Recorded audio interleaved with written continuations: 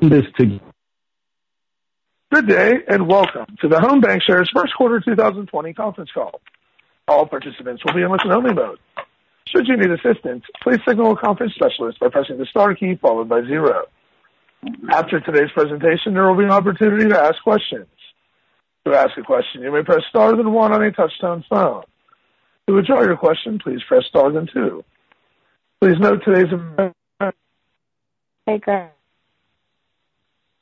Over to Donna Townsell, Director of Investor Relations. Please go ahead. Thank you, Rocco. Welcome to the Home Bancshares 2020 first quarter earnings release and first ever social distancing conference call. I am Donna Townsell, Director of Investor Relations, and on behalf of the Home team, I would like to thank you for your continued support of our company.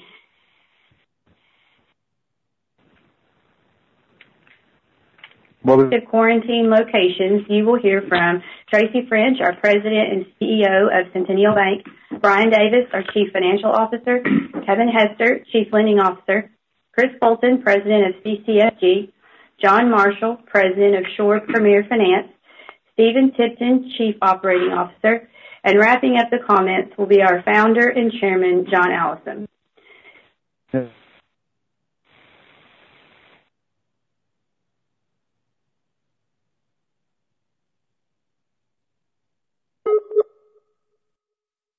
5 days ago to a time of uncertainty.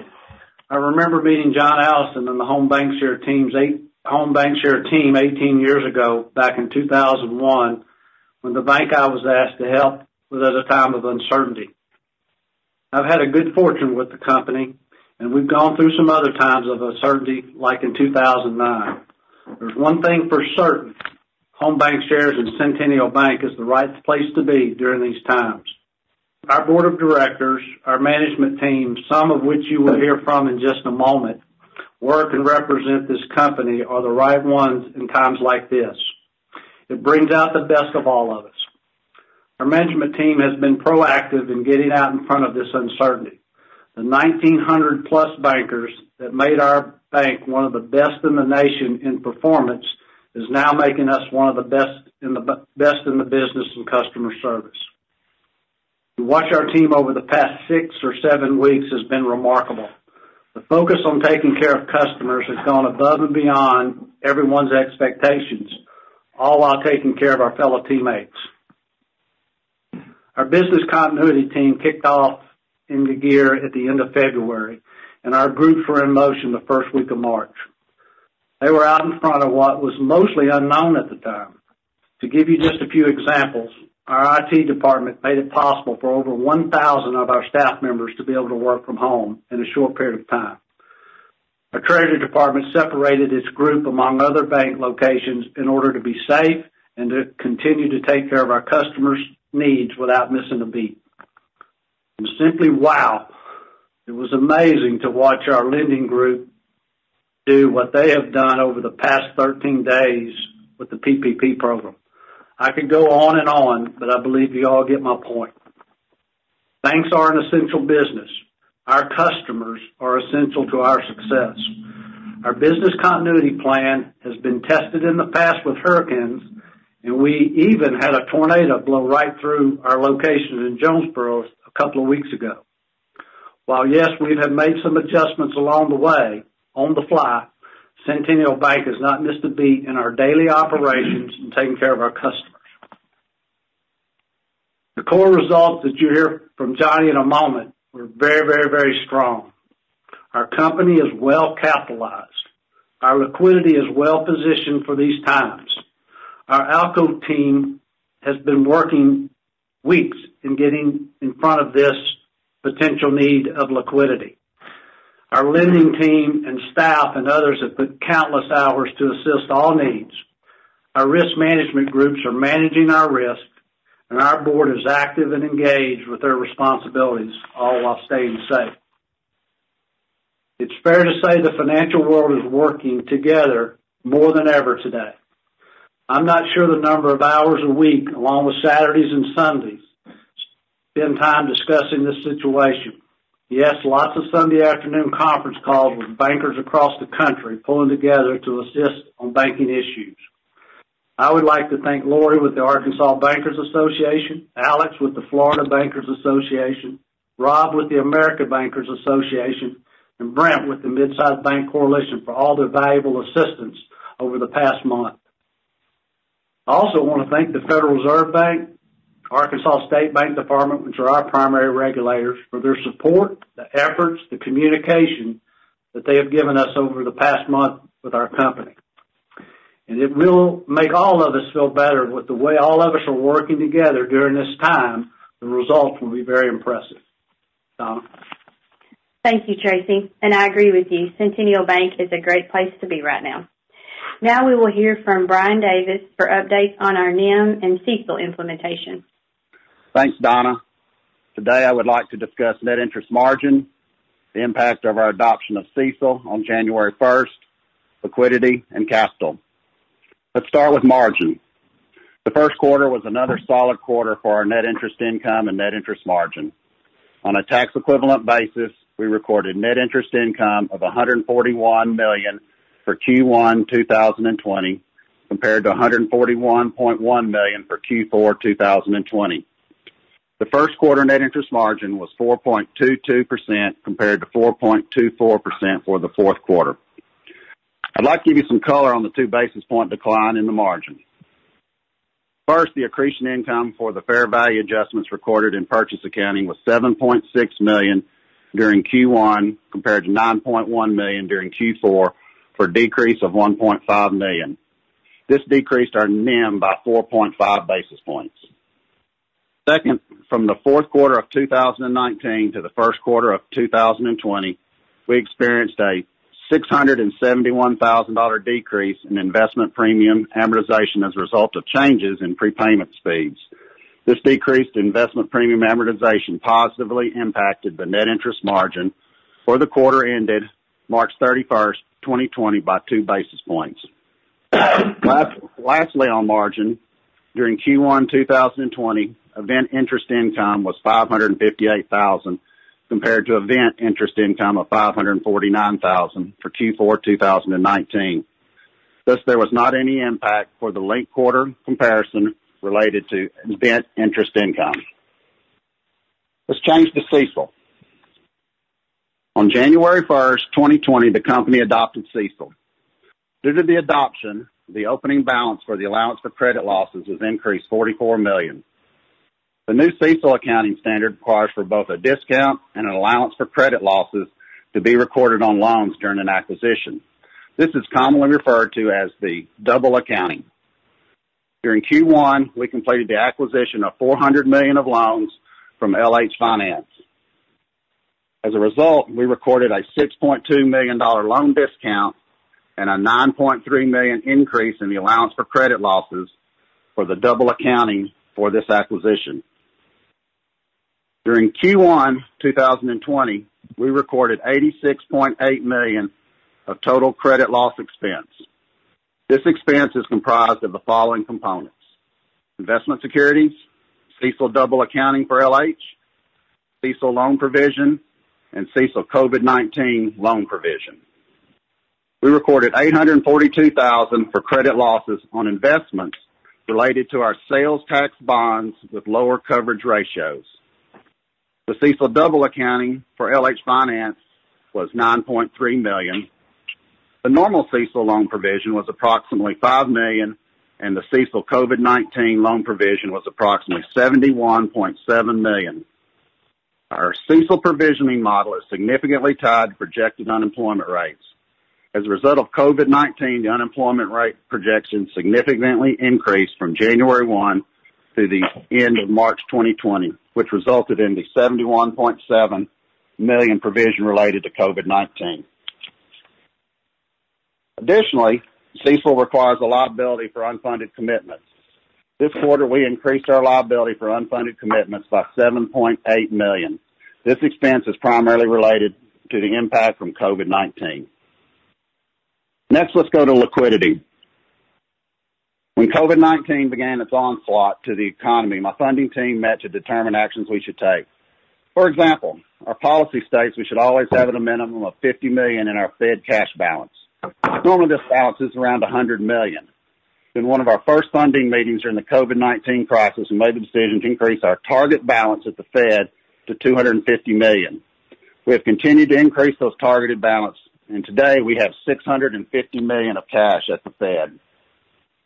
One other liquidity item is we do plan to use the PPP-LF program to fund the PP loans. We view the PPP-LF as an attractive funding option at 30 basis points. Plus, using the PPP-LF will give us regulatory relief for our regulatory leverage capital ratio. Speaking of capital, I'll conclude with a few remarks on capital. Our goal at HOMB Bancshares is to be extremely well capitalized. I'm pleased to report the following strong capital information. For Q1 2020, our Tier 1 capital was $1.5 billion, total risk-based capital was $2 billion, and risk-weighted assets were $12.7 billion. As a result, the leverage ratio was 10.8%, which is 117% above the well-capitalized benchmark of 5%. Common equity, Tier 1, was 11.6%, which is 78% above the well-capitalized benchmark of 6.5%. Tier 1 capital was 12.1%, which is 52% above the well-capitalized benchmark of 8%. The total risk-based capital was 15.8%, which is 58% above the well-capitalized benchmark of 10%. With that said, I will turn the call back over to Donna.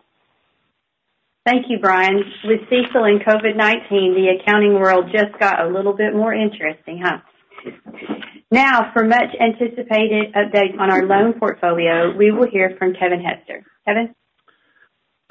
Thanks, Donna. Just a short time ago, we were talking about the prospects for organic loan growth and the best asset quality numbers that we could remember, how quickly things can change.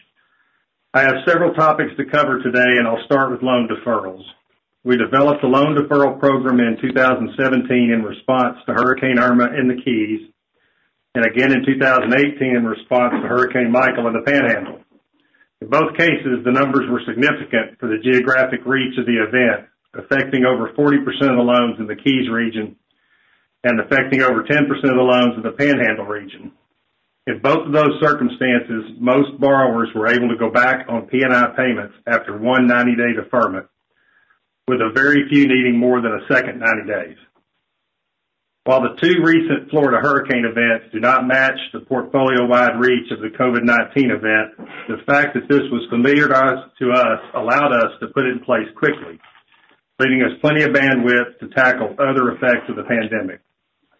As of last Friday, we had roughly 2,500 loans totaling just over $2 billion, or 18% of the loan portfolio in some sort of deferment, with the vast majority consisting of a 90-day full deferment. Geographically, Alabama has the largest percentage deferred at 30% of their loan balances, followed by Florida at 24% and Arkansas at 20%. BCFG and Shore have fared much better early on at 5% and 6% respectively. Loans over $10 million totaled $540 million, or 26% of the deferral total. From an industry standpoint, based on NAICS codes, lessors of real estate had the highest number at $701 million deferred, but that number was similar to the overall average at 20% of the total balances.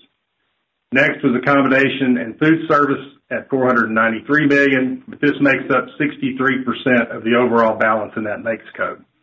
Healthcare would be third at $157 million, and that's 35% of the overall balance. A review of our construction projects over $20 million shows that excepting 6 projects that have been stopped in the New York City area, all of our projects are still moving forward, and we do not see any issues on those credits at this time. Obviously, the length of this event could affect stabilization on projects at or nearing completion, so we'll have to continue to review the needs for additional interest carry on those. In the 6 New York projects that are impacted by the work stoppage, they are either complete multifamily or early stage with nothing in the mid stages, which we think is a positive. Between the deferral balances of $2 billion and the construction balances of $1.9 billion, that's about 35% of our loan portfolio. Based upon our history with the deferral programs in the past, we expect that the remainder of the portfolio will pay as agreed. We will be monitoring the portfolio closely for rising past dues and the normal symptoms of portfolio stress. While the scope and reach of COVID-19 is unlike anything we've ever experienced, so is the governmental response. Hurricanes result in physical damage, and insurance's attempt to replace the physical damage and some of the economic damage. This event will not create physical damage, so insurances are not useful here, but the government response is unprecedented. From a plus-minus standpoint, our current deferral borrowers are going to defer around $28 million each quarter that they are deferred. But we have already entered over $800 million into our PPP workflow, and if spent properly, 100% of that will be forgiven for these borrowers. In our experience, it's always difficult to know how a disaster will affect asset quality until you get months into the event itself. With each of the Cat 5 hurricanes, it was truly a year before you could really determine what the lasting effect of the event would be. This event will be even harder to assess because no one can even tell you when it will be over or how the recovery will look. Much will depend on the behavior of individuals post-COVID, and no one knows how people will respond in a post-COVID world. What we do know is that the events of the last quarter have resulted in an increase in our allowance for loan losses to $229 million, which is 2.01% of loans. We believe this is an extremely strong number that will serve us well as we head into the remainder of this COVID-19 event. Brian discussed CECL in his remarks, but I believe it's quite possible that the CECL models using drivers that correlate to losses experienced in the past will not necessarily result in a better estimate of future losses in this event, because this event and the related responses are nothing like anything we've ever experienced. The significant provision driven by the sudden spike of those primary drivers could reverse itself also if the recovery is timely. The next important topic to discuss is the Paycheck Protection Program. Guidance from the government on how to implement has been slow and prone to change. However, they set very high expectations on the bank's performance. In spite of all the challenges around PPP, I'm very proud of the process that we built in less than a week and the progress we've made in working through an unprecedented volume of applications. We have a very large group of employees who have worked tirelessly to try to get this money out to our customers. About 1/3 of our employees are involved in some way in this process, along with their other job responsibilities. We've been live for 282 hours, and as of this morning, we've accepted over 5,500 loan applications, totaling, as I said, over $800 million. We've obtained SBA loan numbers for over 80% of these applications and are currently clearing 900-plus applications per day through the SBA. Funding has begun in earnest this week with an average loan size currently around $160,000 and dropping due to the delaying of the lower balance sole proprietor loans to begin a week after the larger corporate loans. We understand that the banks are the facilitators of what is largely expected to be a grant rather than a loan, and this program was intended to depend in large part on the representations of the borrower. However, we've still taken many normal lending precautions to try to detect potential fraud and to ensure validity of the notes. This includes activities such as the active confirmation of loan requests within the region of the customer and confirmations of certificates of good standing for corporate borrowers. Circling back to the industry discussion initiated earlier in the discussion of deferral balances, it seems appropriate to discuss hospitality exposures. At March 31, completed hotel properties reflected a balance of $806 million consisting of 191 properties with 13,520 rooms. The average loan amount per completed property was $4.2 million, which is $60,000 per key. The completed portfolio has a weighted average LTV of 56% and a weighted average debt service coverage ratio of 1.58 times. These balances are primarily centered in select service properties in the Marriott, Hilton, Hyatt, and IHG flags. This totals 25% of the properties in number, but 42% of the rooms and 50% of the balances at $404 million, with a weighted average LTV of 60% and a weighted average debt service coverage ratio of 1.54.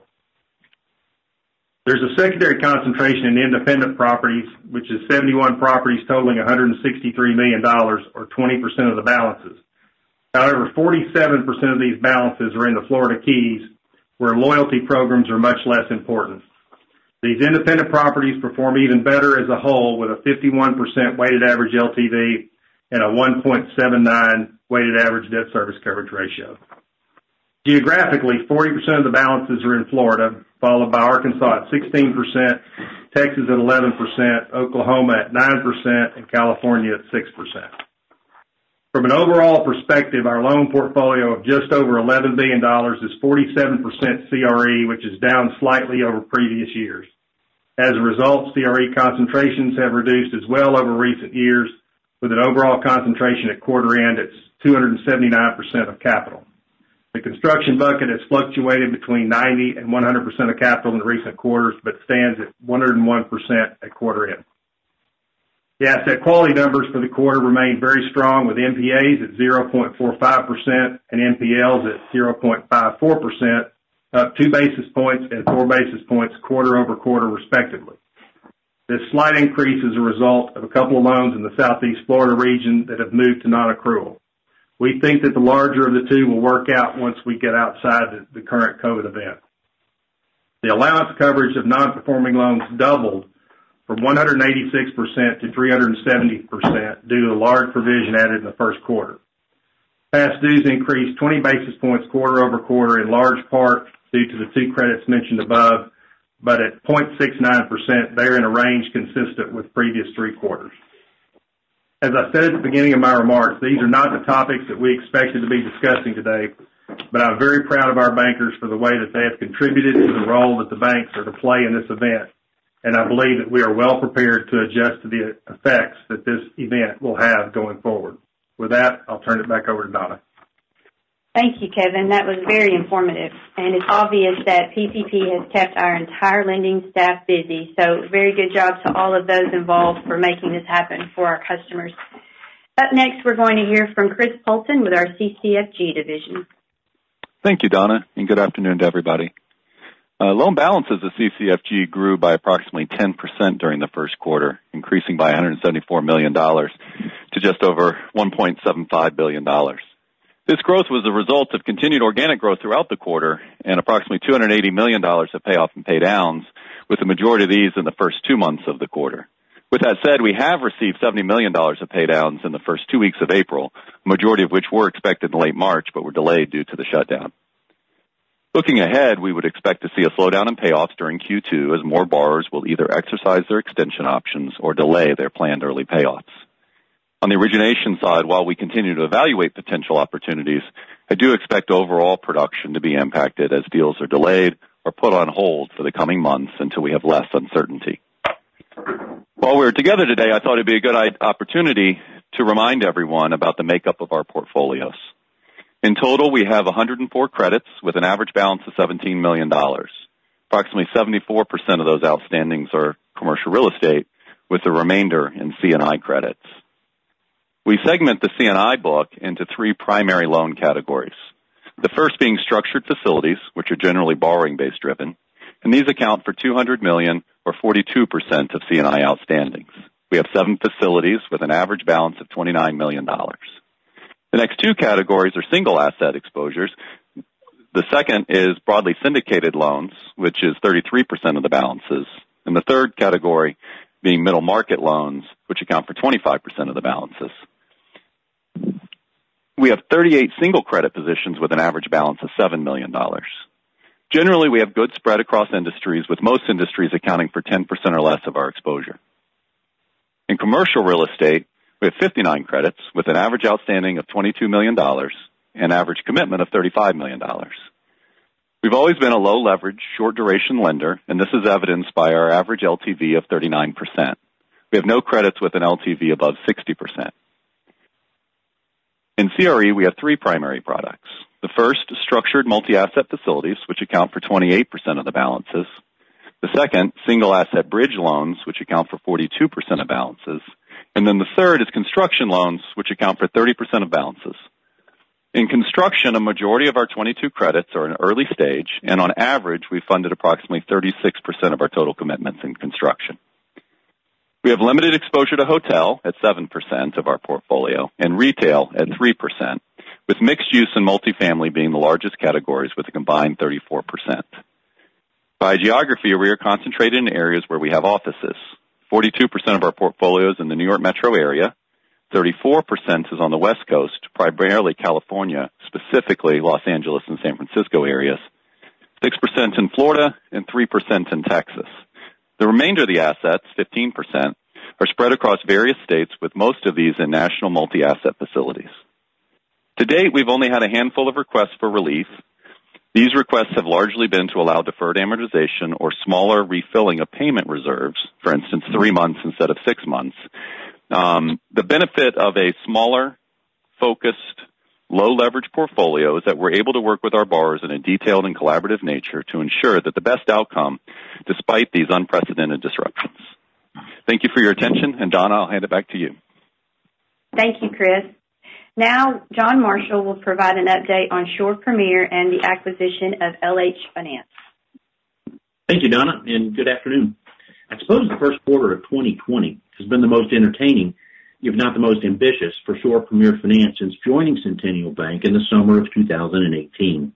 Certainly the highlight of the quarter was the acquisition by Centennial Bank of LH Finance from People's United Bank at the end of February to include $410 million of consumer and commercial marine assets. Acquisition made strategic sense for the bank and for Shore Premier because of the similar nature of our business models, common risk policies, practices, and risk appetite. The substantial increase in our interest-earning assets without the attendant fixed overhead expenses has already created financial benefits as we scale the specialty finance unit. Let's consider some numbers, understanding that some of these are preliminary and others are estimates. In the portfolio, we have just over $800 million of consumer yacht loans. The average FICO score is 775, average loan to value 73%, and liquid payment reserves on average are 65 months. Commercial floor plan commitments are $250 million, funded roughly $140 million, and the combined assets as of March quarter end were $942 million. So the unit's performance should have positive implications for the bank overall. As Kevin mentioned, 6% of our consumer customers have availed themselves of a 90-day payment relief program in April, May, and June. Interest continues to accrue, and the balances will be added to the end of each note. In partnership with our boat builders, a similar program has been made available to each of our dealers for their floor plan inventories to postpone principal payments up to 90 days. In this case, though, interest continues to accrue and is still collected each month. Our dealers are seasoned through multiple economic cycles, and our floor plans have repurchased recourse back to each of the boat builders. Our retail buyers have strong credit profiles, and their liquidity and income resilience may insulate them from some of the vagaries of the pandemic disruption we're experiencing in the economy. Of course, we'll continue to monitor the portfolio closely. On that positive note of optimism, let me conclude my remarks and return the conversation back to you. Thanks, John. And now Stephen Tipton will share with us about our cost of funds and repricing activity. Thank you, Donna. I will give some color on deposit activity, repricing efforts and trends, and a few additional details on the balance sheet today. We saw strong deposit growth again in the first quarter of 2020 with a total increase of $237 million. We're seeing that trend continue through the month of April as well. As Brian mentioned, we are being mindful of liquidity levels in these uncertain times, but our teams have done a great job getting deposit rates in line with the market. Rates were moving downward in February, but that certainly accelerated with the combined 150 basis points reduction by the FOMC in the month of March. Total deposit costs in Q1 2020 were 85 basis points, down 10 basis points from the previous quarter. Given the Fed cuts in March, I think it makes sense to discuss more recent numbers. Total deposit costs in the month of March was 75 basis points, and based on recent activity, I would expect to see April come in at 60 basis points or possibly less. While time deposits have not been a significant funding source for our company, currently $1.9 billion or 17% of our total deposits, we will have opportunity to reprice as those mature. We have over $400 million maturing in Q2 2020 and over $1.4 billion of the total maturing in the next 12 months. With a weighted average yield of approximately 1.6% today, we will see improvement in these funding costs fairly quickly. Switching to loans, we saw total production of $730 million in Q1 2020, with a little over $450 million coming from the community bank footprint and $235 million coming from CCFG.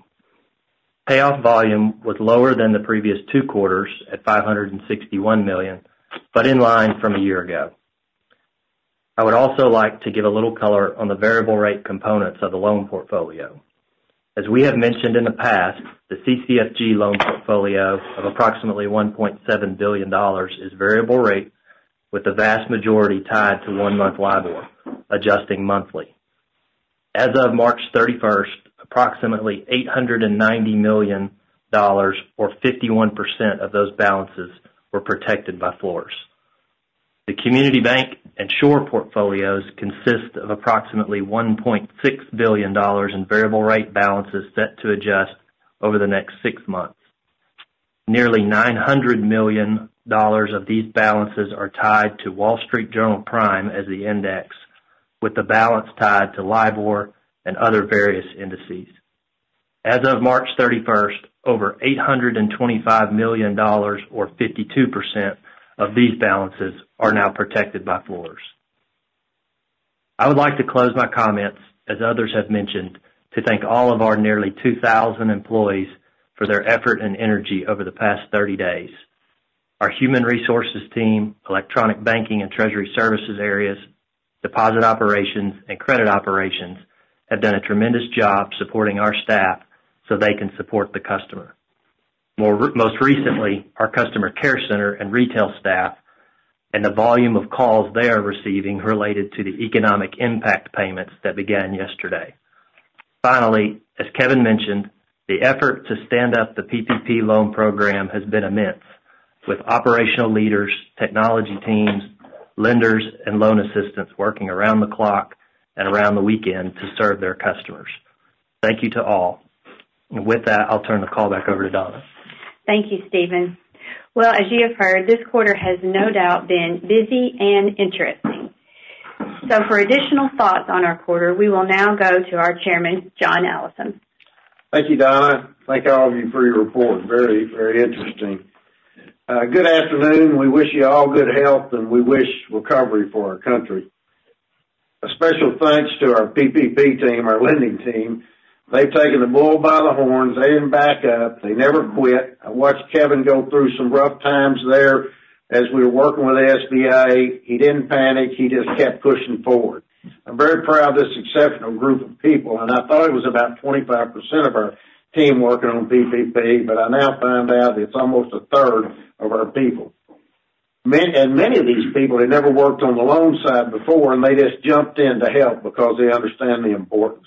Community banks are really doing an amazing job, and our team did very well, I think. The good thing about community banks is we know our customers. I was watching TV, and a lady called into a major bank trying to find out some information. She couldn't remember exactly the name of her loan officer. She didn't have a relationship, and that's what community banking means. And I think it'd be interesting when this is over to see how much money was put out by community banks. Speaking of teamwork, it's really wonderful to see the Fed, the Treasury, which is headed by a businessman, just thought I'd throw that in, the State Bank Department, SBA, and even Congress working together for the benefit of our economy. The Republican Senate has led, and the Democratic House has reluctantly followed. But after we got the Kennedy Center funded, that was really important to get that done. We got cooperations from the Democrats. And let me also say we got PBS funded too, so that was another plus.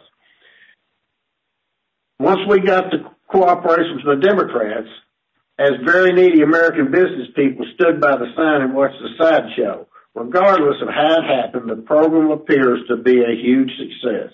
So successful, we need to reload the funds because we're running out of money. And I heard today we may have already run out of money. Kevin's team, as he said earlier, pretty amazing. in about 13 days, 5,500 loans and over $875 million, and they're still coming in. Let's go to the quarter. The first quarter of 2020 will certainly go down as one of the most bizarre quarters in history. It certainly is the strangest of my 50-year business career. Actually, 2018, 2019, and the first quarter of 2020 will make you wonder what could possibly happen now. In 2018, the Fed nearly blew up the entire country with the consistent and foolish rate increases every quarter.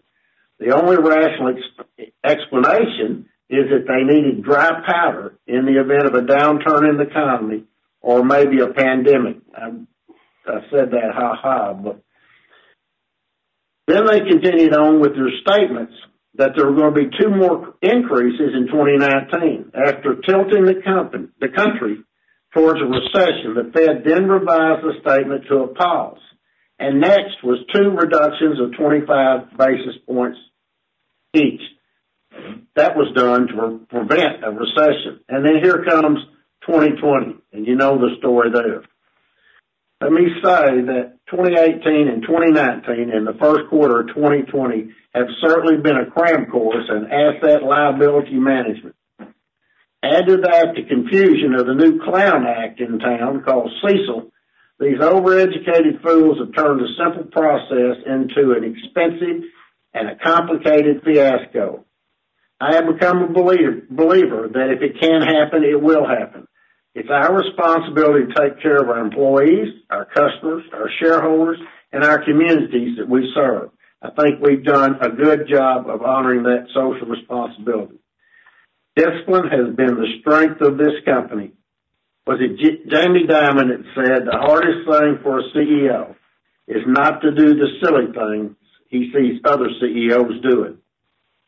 There are a lot of weak CEOs in this country, and they will listen to some of the kind of the squeaky wheel gets greased, and some of their people complain once in a while, and the next thing you know, the CEO breaks down like a double-barrel shotgun and does silly stuff in the marketplace. It takes real commitment and guts to stay the course, because anyone can take the wrong but easy route. At the end of the day, the weak CEO has not helped his people, and he's been disloyal to his shareholders. Remember, what you used to say to us was growth, growth, growth. I told you it was not the right time. This was not the kind of growth in the market that was prudent to put our shareholders' money into. I have said that late in the cycle there were several banks chasing few deals, which led to high leverage, low rates, long returns. I called it the race to the dumbest. The loan customers were totally driving the bus because most the loan officers in that market were pretty weak. There is no right way to do the wrong thing. There is a time to hold them and a time to fold them. We chose to hold them tight. We take what the market gives us and don't push the envelope. As turned out, I think we've made the right decisions, as tough as it was, not to match the silliness of the market. We held them, and I'm damn glad we did. There is no substitute for experience. I did not see this one coming, but you remember we started building additional capital in 19 just in case there was a downturn. Little did we know we were going to be facing a pandemic. A hurricane is not the same as Kevin said. However, we are in hurricane mode, which is the closest experience we have to a total disaster. We had 2 Category 5 strikes, as Kevin said, Irma and Michael, Irma in the Florida Keys and Michael in the Panhandle, and we're following the hurricane process that was extremely successful for us during those disasters. We deferred those that needed the assistance for 30, 60, 90, or 180 days, provided additional financing for those who deserve financing or refinancing. And if you remember, the losses were minimal. We expect the same in this process. The insurance company here is the U.S. Treasury. The difference today from 08 and 09 is that nobody had any money in their deals back in those days. 95% financing, 100% financing, and more. It was a way of life. It was the way business was done. It was another race to the dumbest. Much harder to walk away today because our customers have millions of dollars in equity in their deals. Then in the midst of the pandemic, with thousands of people dying and hundreds of thousands of people infected, and Americans locked in their homes, the accounting clowns show up with a new circus act called CECL. Total disregard for the mess they've created by creating uncertainty in the market. The circus genie should have never been allowed to get out of the bottle. No disrespect to accountants. The program was created by a bunch of accountants who probably have never run a business in their lives. They account for what others do. That's why they call them accountants. Now they're creating a new industry to solidify their position forever in the space of banks while creating for banks hundreds of millions of dollars in additional expenses to pay for the Barnum and Bailey Act called CECL. The rational thing to do was to look at how banks maneuvered through the worst economic cycle in 80 years and reserve properly. Pretty simple. A 1.5% to 2% reserve has been sufficient for us, while making specific allocation reserves when warranted. However, this doesn't cost much and doesn't create much distraction. Guess what? After all the costs, all the distraction, all the people, all the modeling, and the reserve getting hit with an additional $71 million due to unemployment for the month, our reserve came out at 2.01. You cannot make this stuff up. Asset quality, I think our hospitality book will be fine. Maybe some will take a little time. We may refinance some of our customers, but remember that 98% of our hotel book have so much equity that we'll be in a position to help finance them out of the problem if needed. Each situation is different, but we know our customers. In 08 and 09, as I said earlier, nobody had any equity in the deal, so they could just walk. But that ship left the port a long time ago. Banks' balance sheets should be in the best shape they've ever been, and if they're not, shame on them. We had a large customer and about 10 that came to us. He had it was a large loan, and he put it on a 7-year amortization and was paying 100% of what his revenue basically was coming in to pay for that loan. Well, he was about 3.5, 4 years into that when the economic problems of 08 took some of his renters out of the business, and he needed some help. But think about it. He had all that equity in the deal. We simply put him on 10 years and never looked back. So I think equity in this situation will be extremely important, and HOMB has lots of equity in their deals. I like our book. From a loan growth perspective, you heard Kevin's report on PPP, so short term it's going to be strong. I think the new Main Street lending will be the next step, and we have some people who qualify that didn't qualify for PPP. Buybacks. We suspended buybacks when the president made negative comments about buybacks. With the stock market hitting all-time lows, we're damned if we buy it back and we're damned if we don't.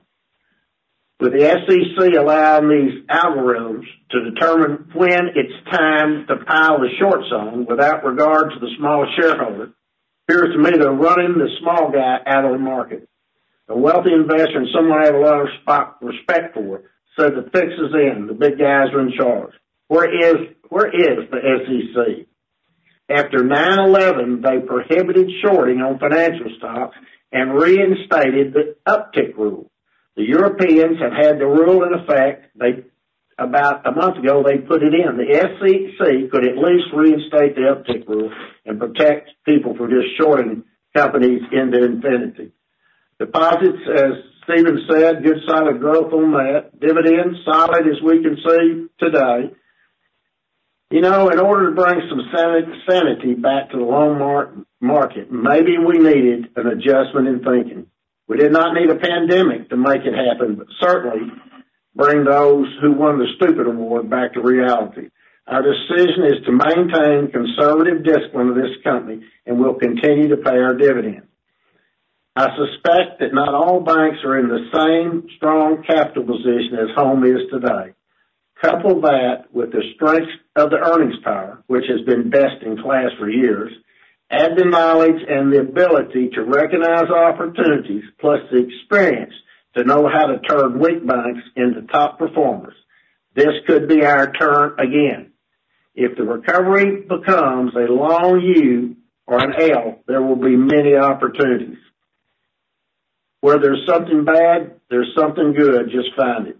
We may not be good at everything, but we're pretty good at picking good opportunities, and we certainly have the capital to play the game. Again, a special thanks to David Carter, Kevin Hester, Randy Mayer, our 11 regional presidents, loan assistants, plus the new recruited people that came in. Amazing accomplishment, thousands of loans, hundreds of million dollars, if not $1 billion, in spite of the COVID-19 and the $95 million CECL circus. We would have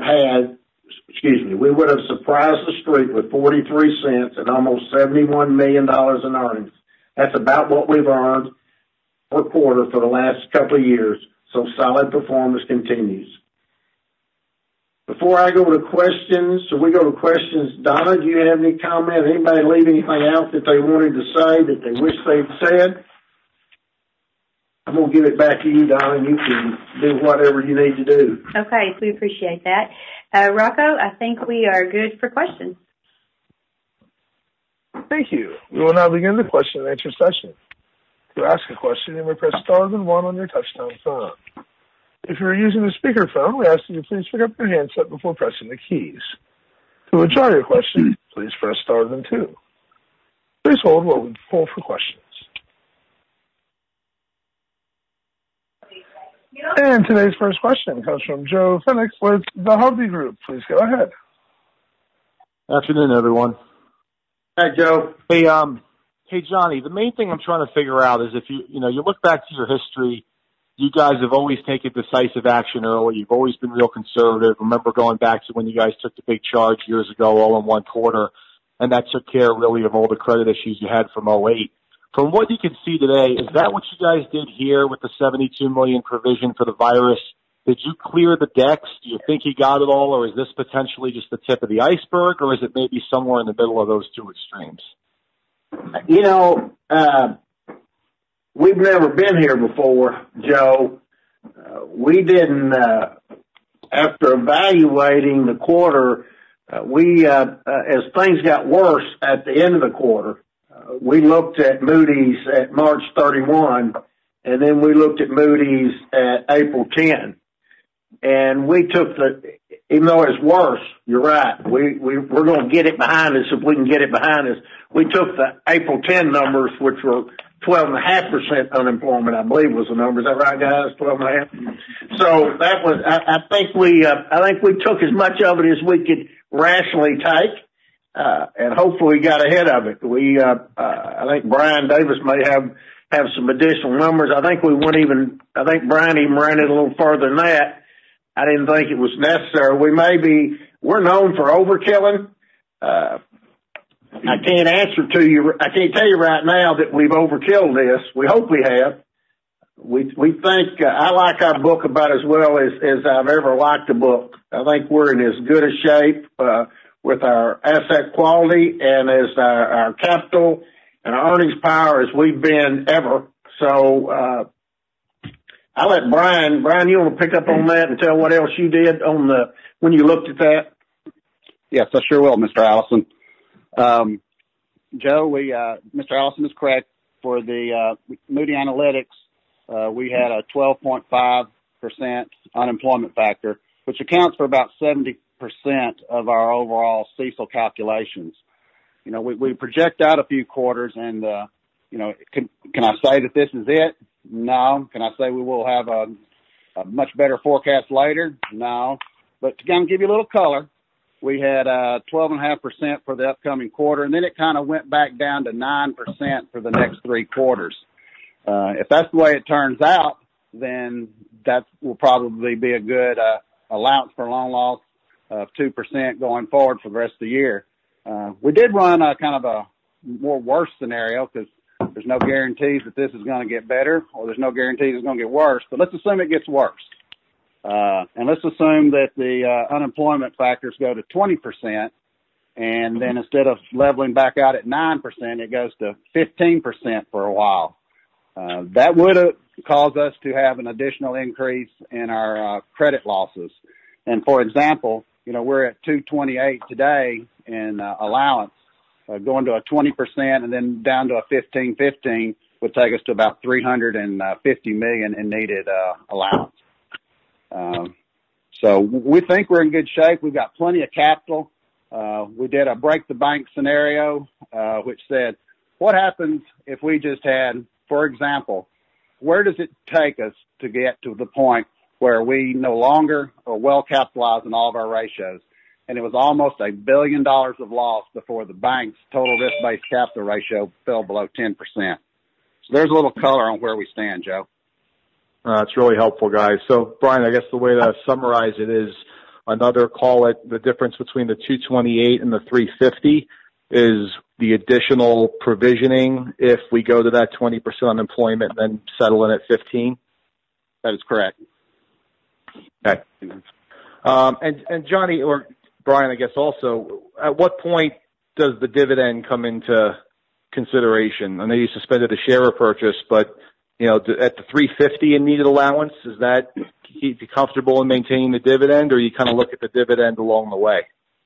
I think actually that it'll be cheaper for me to remain married, because if I cut the dividend, I'm probably going to have to do a stock split, because my wife depends on that. That's her toy money, and she owns about 1 million shares apiece. So I think it'd be better off to pay the dividend. So as we see it today, we think the dividend's solid. We have suspended buybacks because the president said there was a dislike. I was thinking there may be a bank program that comes out at some point in time, and those that were continuing to buy stock might be eliminated from it. So that's really the reason.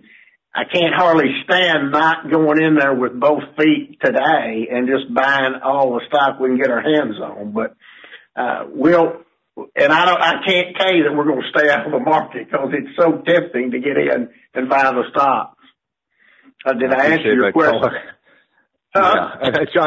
Yeah, you did. I appreciate the color.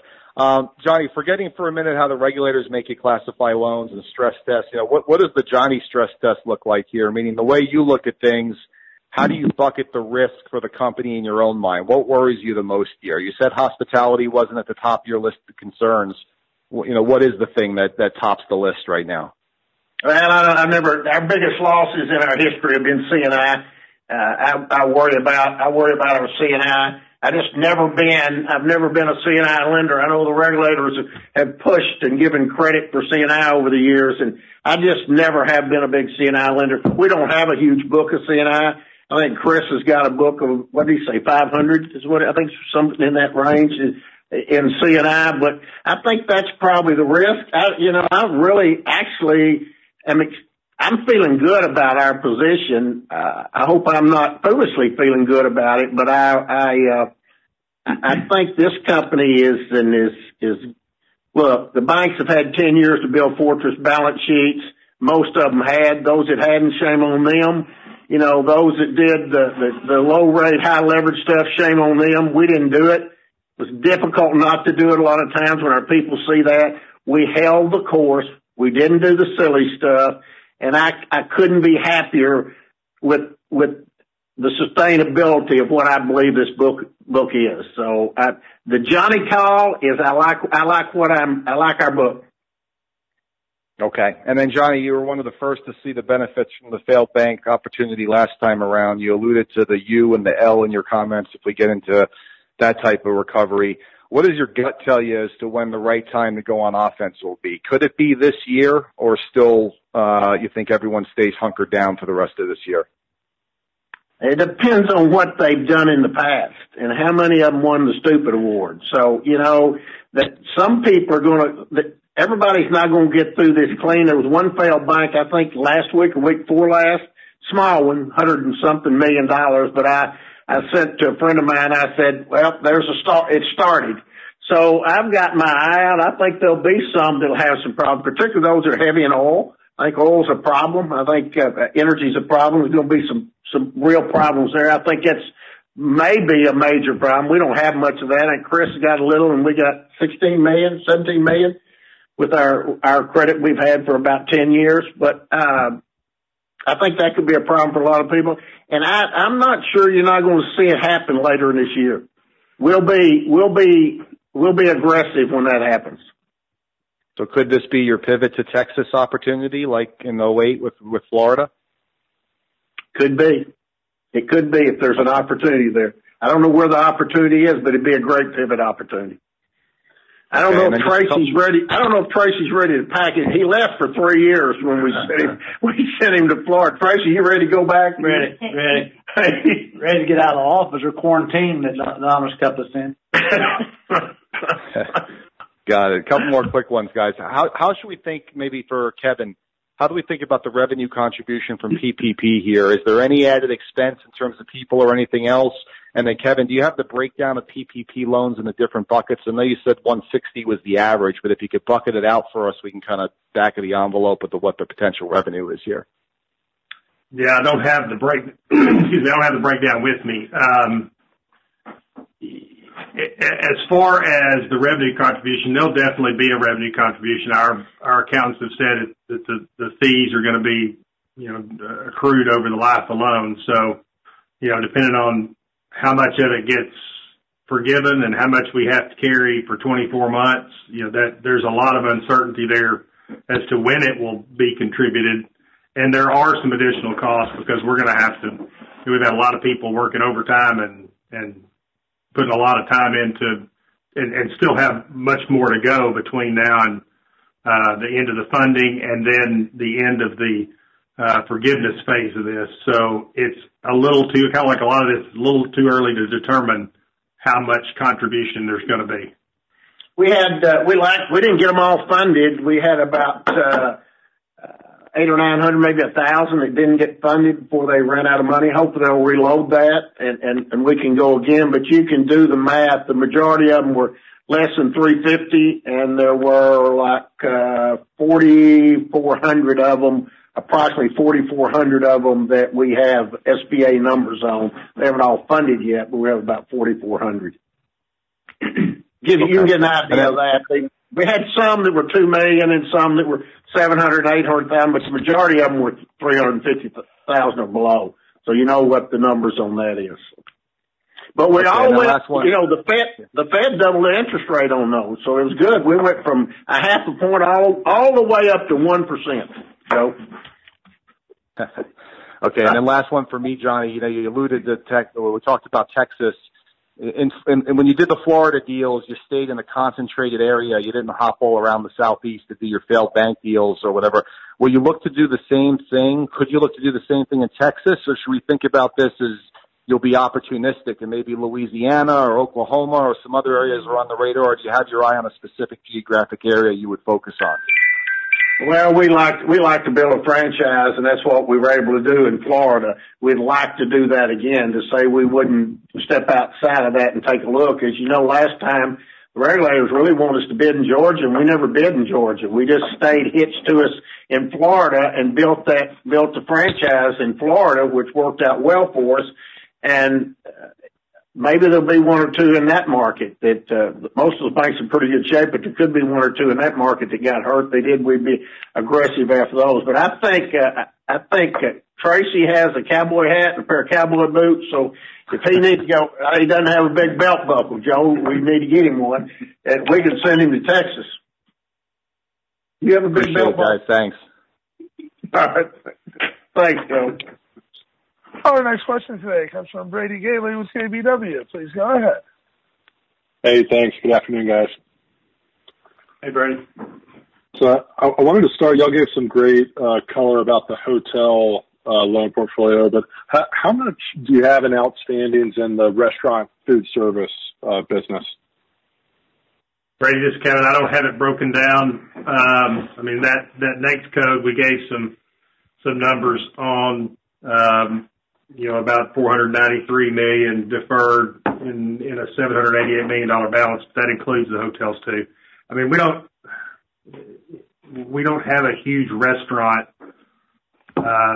exposure it would be things in our local markets. We don't have a group or a division that focused on that type of lending. So it would be the normal customer base that we have within our markets. All right. That's helpful. And then maybe a question for Chris Poulton. Chris, as you look at, your loan book, what's the area that you think will see the most stress just given this new backdrop? Hey, Brady, it's Chris. The most immediate stress will be on the C&I side. You're lending on cash flow, and cash flow is drying up over the last 30 days. So from an immediacy standpoint, it's C&I just because you're lending on cash flow. And with regard to CRE, we just don't have a lot of cash flowing assets, right? I mean, you're doing construction or bridge or what have you. So you've got a lot of duration built in, and we have payment reserves. So we haven't seen a lot of stress yet in the CRE book. We think over the course of the 6 to 9 months, you'll start to see some things shake out, et cetera. But a lot of multifamily, a lot of mixed use. We think that weathers pretty well if you can build in duration. So from my point of view on CRE, it's all about building in duration and getting people where they should be at these low LTVs with a lot of cash in the deals and a lot of payment reserves. You should be able to weather for a while. The portfolio is built for withstanding a recession. I don't think any portfolio is built for withstanding a shutdown. And so as we move from shutdown towards the aftermath of that, I think the CRE works pretty well. But we're staying very focused on C&I right now. All right, that's helpful. And then the last question for me, I guess either for Brian or Stephen, but as you look at the net interest margin, it held in great this quarter. The core NIM was actually up a little bit. But with the new backdrop, we're back to zero Fed funds and the long end of the curve is a lot lower. How do you think the margin trends from here? How far do you think it could go down? That'd be Stephen. Hey, Brady. Our ALCO models show, I can kind of tell you what the ALCO models show and then what we're seeing, on a daily basis. The down 100 scenario was about a 6% contraction to NII, and then it's pretty linear, 3% on, down 50, down 100, down 200. So, we think the model shows somewhere in the 9 to 10% down range on a down 150, which is where we're at today. In my comments, said, and we're seeing today that funding costs are we're able to get down a little quicker maybe than what we've seen in past rate tightening cycles. So, I don't caution how much optimism to give there, but I think we have seen that able to get funding costs down a little better. And then we've had just over the last 3 or 4 months, as the variable rate loans have changed, we've had several $100 million hit floors and become protected. So, the investment portfolio will reprice as it does, but we're working it daily. April 1st was a big day for us. We had a lot of adjustments on April 1st. I started looking at the first 9 days of the month of this month and was quite surprised at the reduction in interest expense. So the team's done really a good job of reducing that interest expense. Pretty pleased with that. And we got, as Stephen said in his remarks, he's got about $400 million repricing this quarter, and about $1 billion for repricing over the next 12 months. So they've worked it pretty hard. Tracy attacked early, and so far so good. When you see those brackets around interest expense this month compared to last month, and they're becoming big numbers, that's pretty good. Great. Thanks for the color, guys. Thanks. Our next question comes from Stephen Skelton with Piper Sandler. Please go ahead. Hey, guys. How's everyone doing? We're good, Stephen. Good. Glad to talk to you in these crazy times, so appreciate it. I appreciate the color you guys gave around some of these loan deferrals, and I don't know if I missed it, but do you have any breakdown between what that looks like on maybe a resi mortgage or consumer type of a standpoint versus commercial loans? Look, Kevin, I don't have a breakdown from commercial to residential standpoint. I mean, our residential book is not huge. I can try to ferret that out for you if you'd like for me to after the call. Okay. And then I'm kind of curious, just I've heard differing views from different banks and just what the accounting treatment could be for these loans, after the 90-day periods of time. And if you then have to extend the maturity or modify the loans further, would they theoretically become TDRs at that point in time? And is that an expectation that you have at the end of these kind of forgiven periods? Well, it's not an issue we've had in the past in the two hurricanes, and obviously it was, not as material to the bank as a whole. The numbers we had there, they are, going to be going forward. But I mean, I don't anticipate, from what I've read so far, I don't envision that a second 90 days is going to trigger a TDR at this point. I think they're going to give us some flexibility on this. I think it was when that part of the legislation, that part of it that, as I read, that we wouldn't have TDRs. We'd keep a record of the amount and the numbers that we deferred over a period of time, as we did in the hurricanes when we got hit in the hurricane. But as I understand it, we're not going to create TDR. What we asked, we got called by our senator, and we asked that not be classifications changed on the loans, and that we not have TDRs after we did kind of similar to 9/11. What happened at that point in time? We asked for some of that same grace. It worked out fine. If you remember, they didn't classify hotels after 9/11. We asked for that same grace, not to classify hotels. So I think the regulators are going to be going to work with us as well as everybody's cooperating together to get through this cycle. Okay, makes sense. And then when you think about loan growth for the rest of the year, I mean, obviously, like you said, you guys have been pretty conservative on that front for the last 12 or 18 months, and that is really proving you right here today. And I'm just wondering how you guys view what the rest of this year could look like. I mean, would you expect it to look like 2019, or further reductions in loan balances even possible there, or will PPP and drawdowns of lines on the CCFG book kind of prop things up in your mind? I'll take a piece of that and let Kevin have it. The Main Street lending looks interesting to us. I think that's got some real potential to help some people in the marketplace. Some of our customers, larger customers, didn't qualify for PPP, qualify for Main Street lending, and I'm not sure all the details of that are out yet or not, but we'll probably at some point in time after we get through a PPP switch over, or have some of our teams switch over here early to move on Main Street lending, because we think that could really help some companies out there that need help, because it's a 4-year program. First year interest and principal are deferred.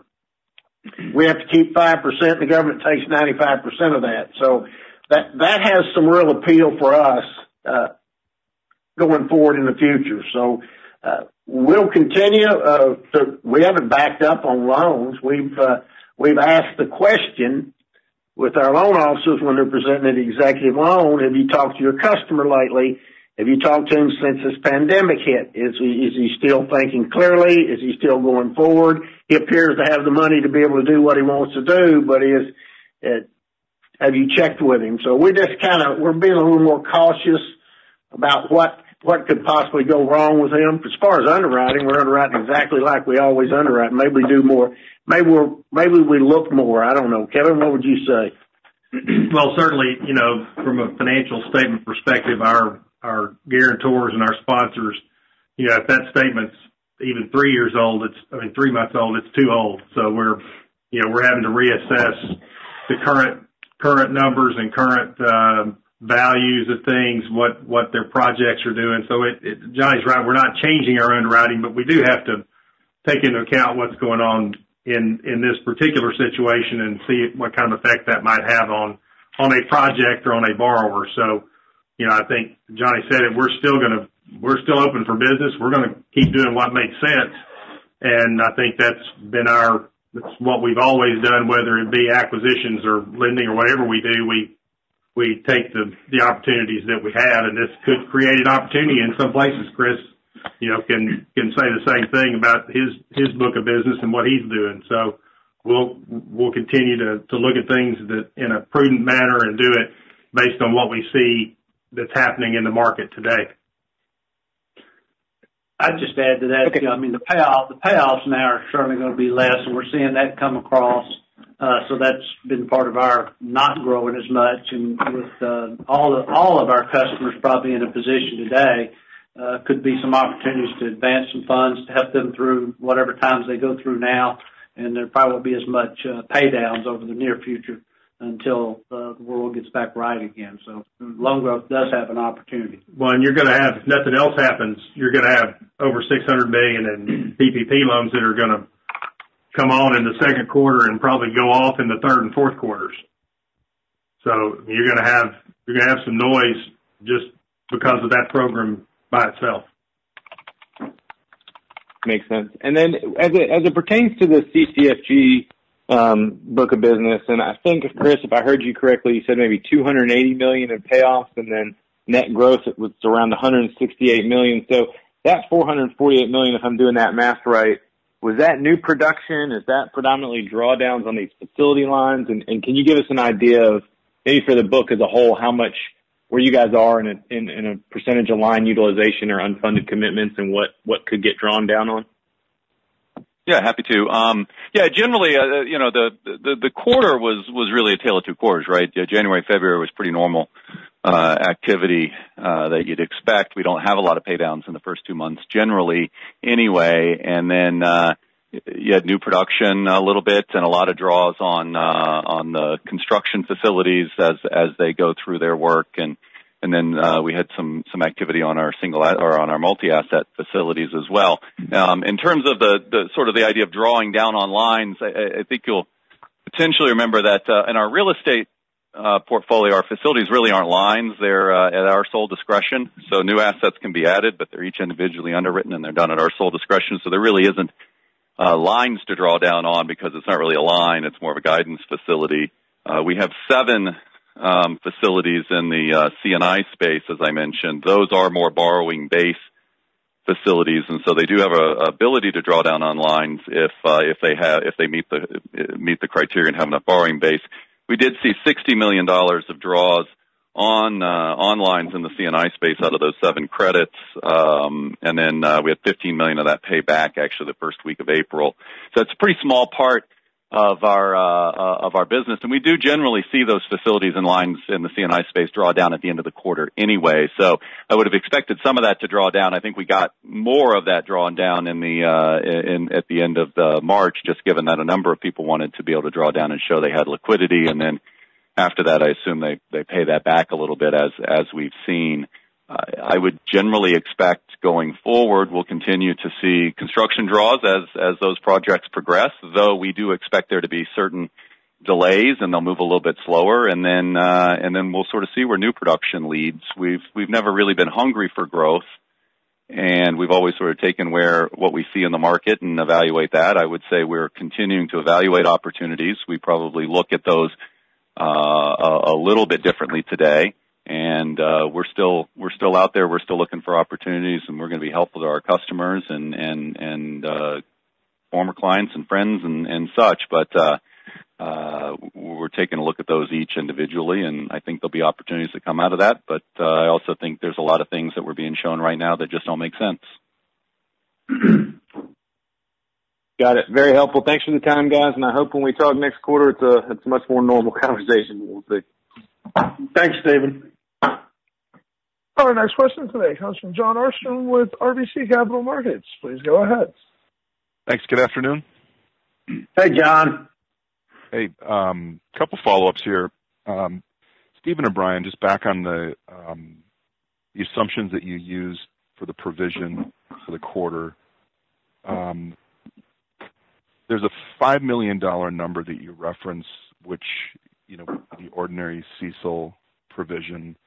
And I guess my question is, if we're sitting here and we're, around 12.5% unemployment 3 months from now, is that the kind of number that we should look at for your second quarter provision, just the way it sits today? I'll take that. Yes. that is correct. That $5 million is assuming that we were still at the 3.6% unemployment rate. That would have been what our provision would have been. Okay. Good. And then I guess the other thing, big picture on how would you guys like us to think about non-performing trends?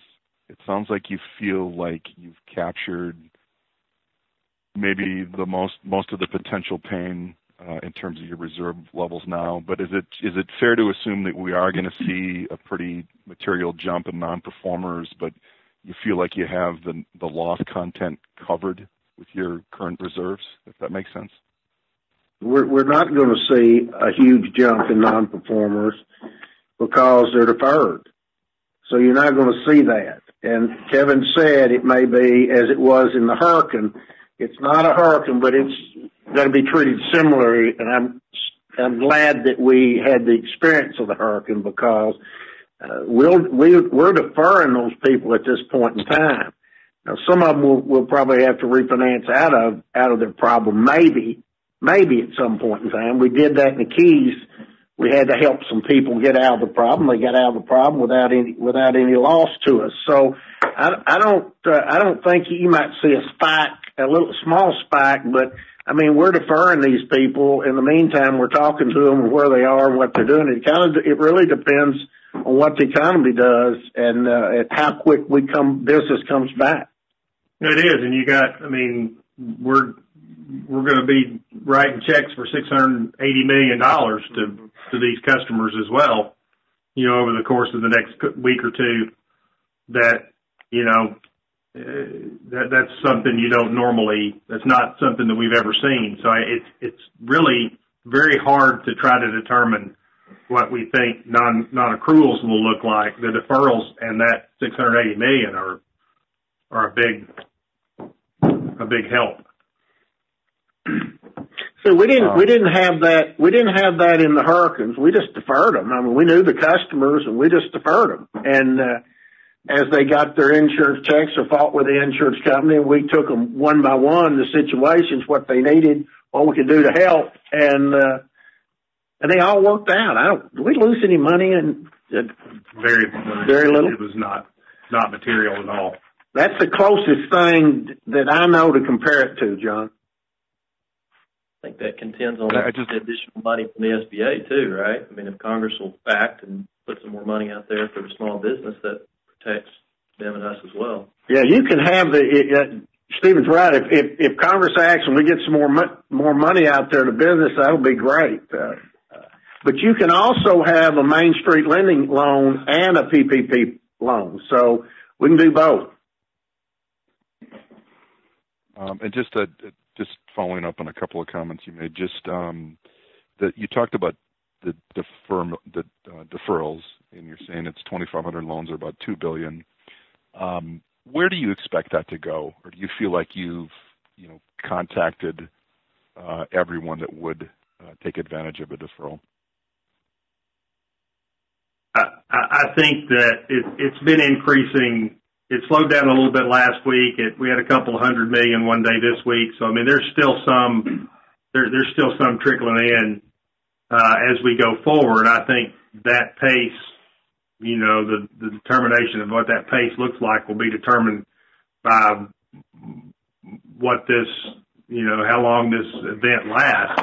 There's discussions of beginning to open up some things, and you think Arkansas would certainly be part of that. I don't know about Florida and how that, what the individual plans look like, but those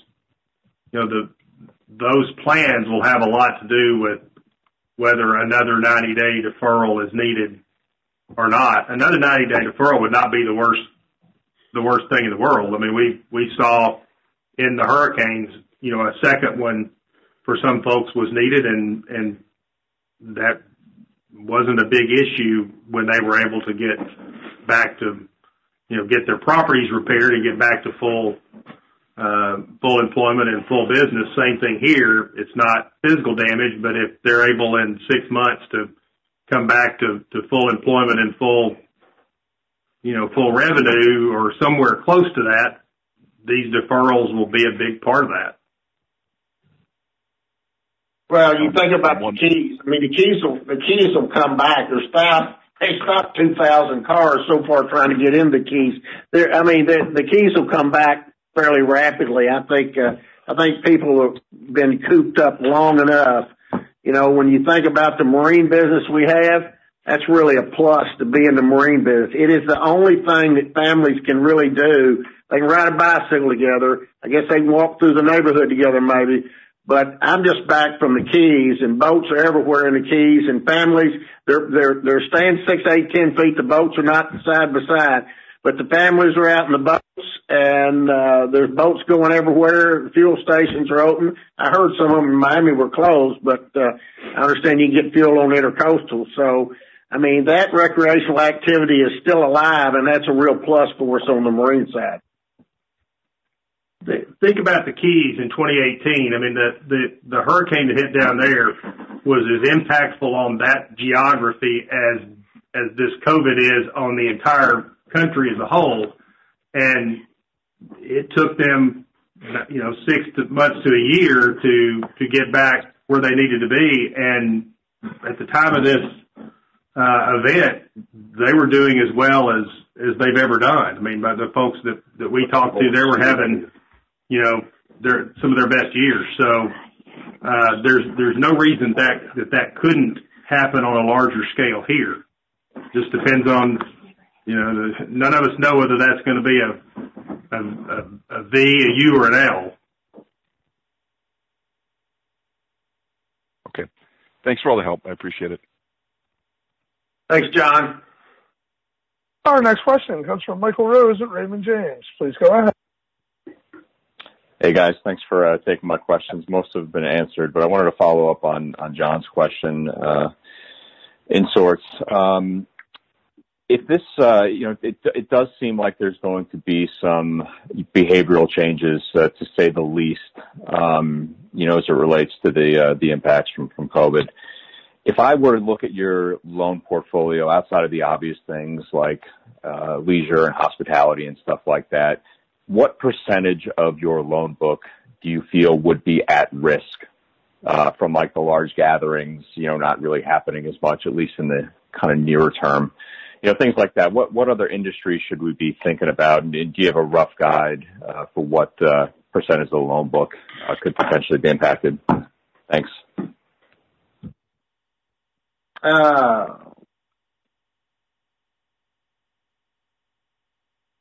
I guess we, outside of leisure and hospitality, I think marine's fine. I'm not a fan, never been a fan of C&I, but, we got C&I. We don't have a lot of it, though. Energy's got to be a problem. I mean, at $19 barrel oil, that's got to be a problem. Even our company that owes us about $16 million, that's been with us for 10 or 12 years, they've cut back substantially, and they sold their hedges and picked up about $30 million and paid the banks down. So I think energy probably is very suspect at this point. Kevin, you got? There would have to be some service type industries, that your gyms, your things where people do congregate in mass, or where social distancing really doesn't work. Those are probably related a lot to real estate, and so that real estate could probably be repurposed. But at this point, we've not identified specifically anything, any types of industries like that. We haven't gone through that exercise yet. Okay, so maybe just all those categories that you mentioned, do you have a sense for what they, comprise as a percentage of total loans? Say that again. I'm sorry, I didn't hear you. Say that again, please. Yeah, all those categories from oil to, all the troubled hospitality, leisure stuff. If you just add all the ones that you mentioned together, what does that represent as a percentage of total loans? Just trying to size the potential problem bucket.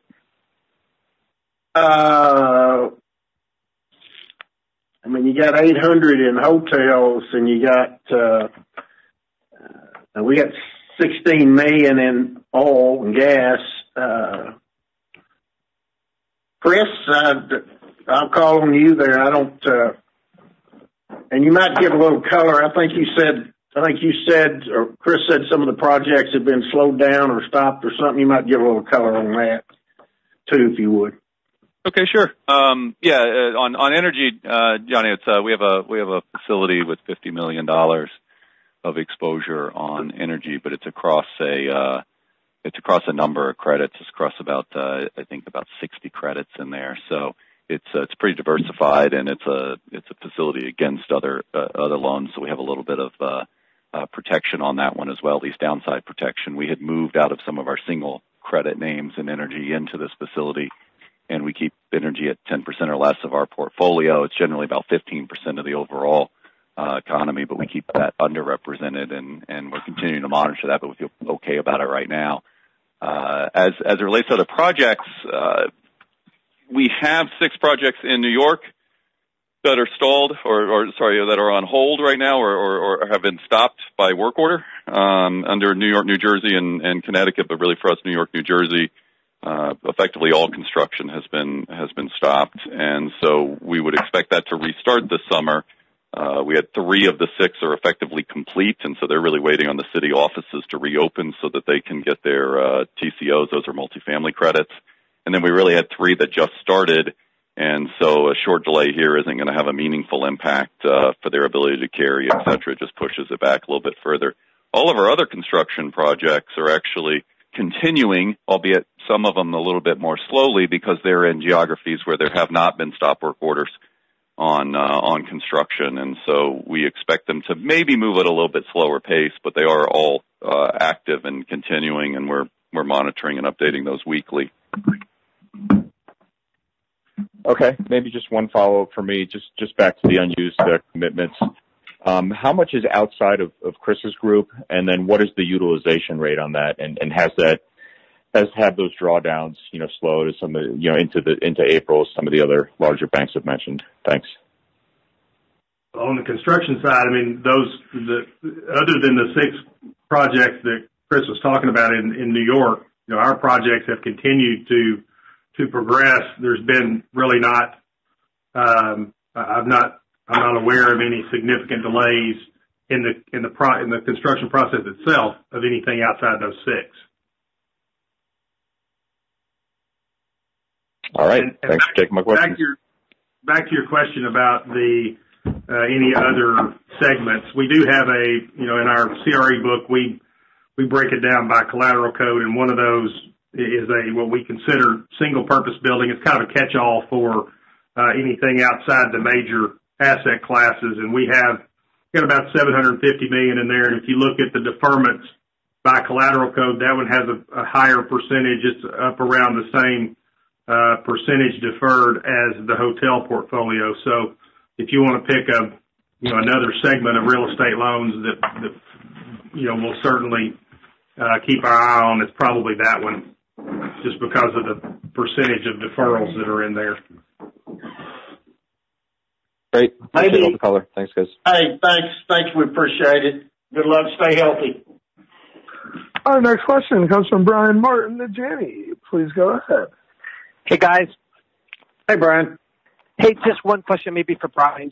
Brian, if you go back to your comments just about if you went to a worst case scenario on the unemployment where if it goes to 20 and then settles at 15, that additional add for the provision that you guys would anticipate, is that likely, when do you likely make that decision on, I guess what employment rate do you have, what date of the unemployment rate do you have to see? I mean, would it likely be a 2Q event and kind of get everything in front of you, or just how do you think that reserve build unfolds, I guess, is ultimately what I'm getting at, if needed?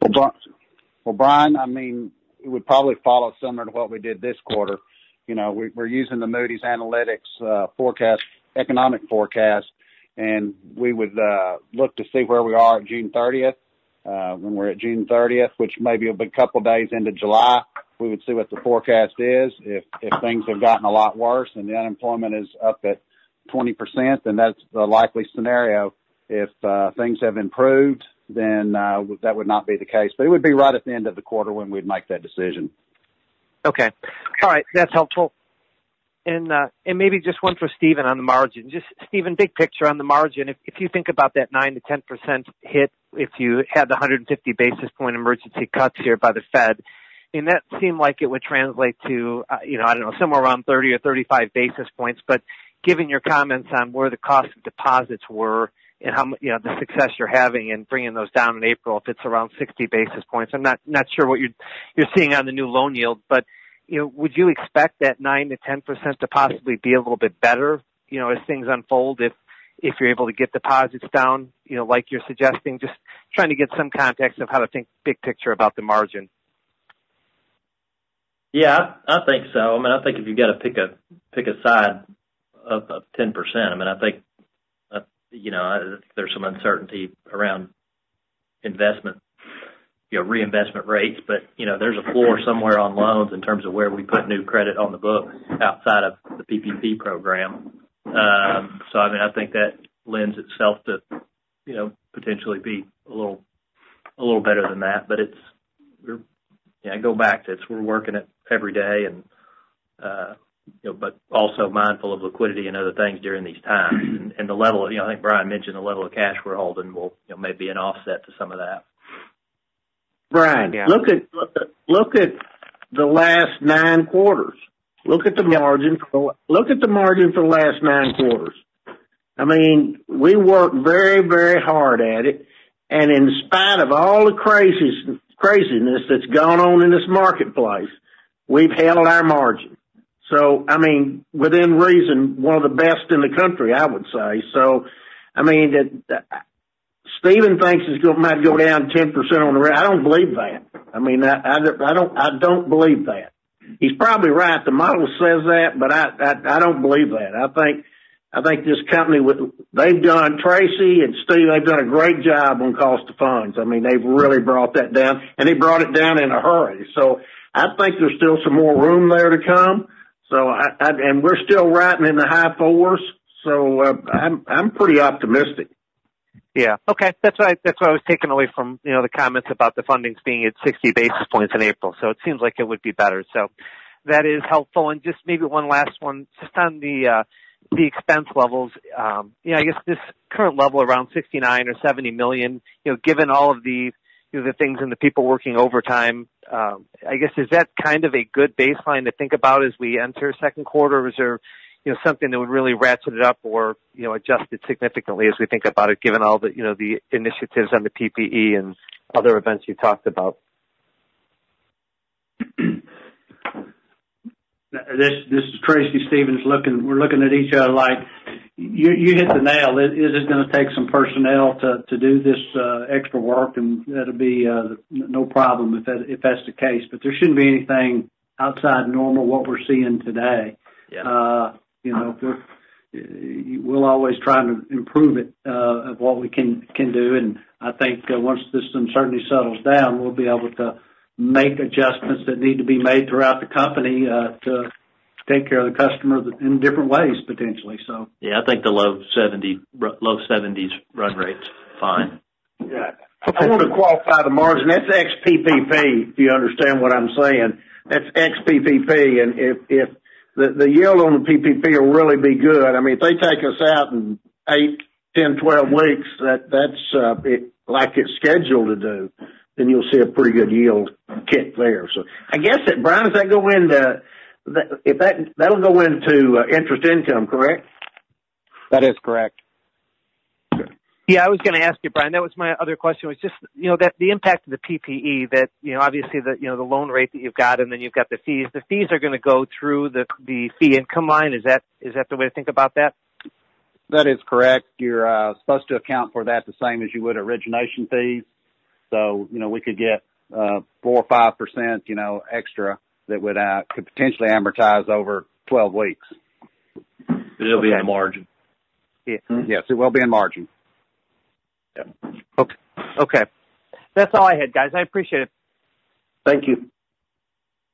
And our next question today comes from Matt Olney of Stephens. Please go ahead. Hey guys, good afternoon. Just want to follow up on some of the commentary that you had on the loan deferrals. I'm curious on the loan deferrals, how much of these are from Centennial Bank reaching out to the customers versus the customers reaching out to the bank? Don't know if you have any stats on that or just some general commentary on that. I think it's a healthy combination of both. I think, our lenders are out talking to or not out, but they are talking to their customers, and I think their customers are calling the bank to find out what the bank can do for them. So I think it's definitely a two-way conversation. Okay. And then on the PPP program, how many of these customers you're working with are current customers versus how many are newer customers? Just trying to get a better idea. Is this an opportunity to build some new relationships for the bank? So virtually all of this first pass is existing customers or a new customer that's part of a relationship that we already had, that maybe they banked partly somewhere else and they brought us all of it. So almost all of this is related to an existing relationship. The next tranche, if there's more, then we certainly could and would be open to opening it up to new business. And from what I've been hearing, there aren't many banks that were doing that. Everybody was keeping it to existing customers. Okay. And we couldn't really get there, Matt. We were so busy. I mean, this team's worked almost 24 hours a day for 10 days. I mean, they just couldn't get there. I mean, we would have liked to have reached out and picked up some outside customers, but we had to take care of our own first. Sure. No, understood. And then, Johnny, I guess going back to the marine loan portfolio, I'm curious how you think about the risk profile of these loans. On one hand, these are high net worth customers with good credit scores that can afford larger ticket items. But on the other hand, these are discretionary purchases that are probably seeing some lower valuations. So I'm curious what your thoughts are on just the risk profile of this portfolio.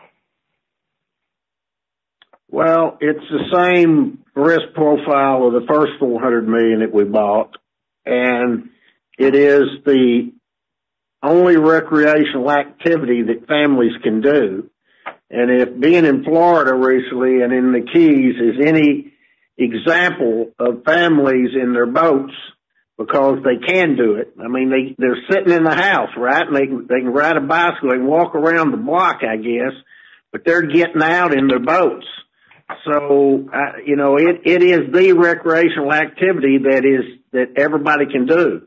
I think number one, boaters are pretty serious about their boats to start with. And if they can get their family out of the house and get them in a boat and get them out and let them have a big day, I think that's a hell of a plus for them. And I having seen what I've seen in Florida, I'd say the likelihood of someone giving up their boat is slim and none. Yeah, there'll be some probably, but we're not seeing it. Well, I mean, I think if you look at 6% so far, the same period comparing it against the rest of the portfolio, 6% deferred out of shore compared to 18% on the entire portfolio, I think tells you what our customers are thinking where they're at right now. They're certainly willing and able to continue to pay the full P&I payment. And to your point of having customers with high net worth and good liquidity, they have the wherewithal to withstand this short-term adjustment in what the value might be in their asset. They're not going to worry about that short-term change. If we come out of this and the values come back up, then that's they've got the ability to withstand that. Got it. Okay, guys, that's all for me. Thanks for the color and thanks for all the great details on this call. You guys are very helpful, so I appreciate it. Thank you. Thank you, Matt. And our next question comes from John House with Voya. Please go ahead. Hey, guys, quick technical. On the PPP, we're not funded yet, right? Are we loans closed but not funded, or are we still awaiting loan closing? I'm just curious, like personal as well as investment. So phase one of going through the SBA ended at 9:00 this morning. We were we were heavily focused on trying to get as much through the SBA portal as we could. We are funding. The funding is, it's going. It's not going as well as we'd like for it to. It is happening, and we're moving people from the SBA process now to the funding process to help them ramp up and get the money out the door. But we definitely are closing, and that is increasing by the day. Wow, it sounds like you're ahead of the game. I appreciate it. Good for you. I think, what'd you say? The SBA's done more loans in, what'd you say, Kevin? I think they said 14 years worth of loans in 14 days. Yeah, they did 14 years worth of loans in 14 days, so you can imagine there'd be some hiccups. So thanks, John. Appreciate it. And I think that is all the questions that we have. That is correct, sir. I'll just wrap up and we'll hang up. Thank everyone for their support. It was a long meeting today. There was a lot to cover. I can understand all the questions, and hopefully we had the answers. We feel good about things at Home Bancshares and look forward to some opportunities.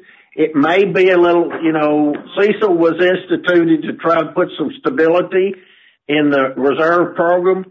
It may look like a yo-yo here for the next 2 or 3 years. It certainly didn't add stability. It added lots of uncertainty to the market. So, as I watched CNBC and Financial Network, they said J.P. Morgan put $6.3 billion in for bad loans. Well, J.P. Morgan didn't put $6.3 billion in for bad loans. They put $6.3 billion there because they had to for CECL. So this is all, the world's not panicking. The world is not panicking and saying that it's the end of the world. It is the fact that CECL hit, this crazy program hit at this time, right in the middle of this, and everybody's giving credit to the fact that we got bad loans. Well, that's not the case. That's not the fact at all. The fact is it's the CECL program that's causing all the disruption. So anyway, in light of that, I think we'll have better news in 91 days and look forward to talking to you, and thanks for your support. Thank you, sir. This concludes today's conference call. You may now disconnect your lines and have a wonderful day.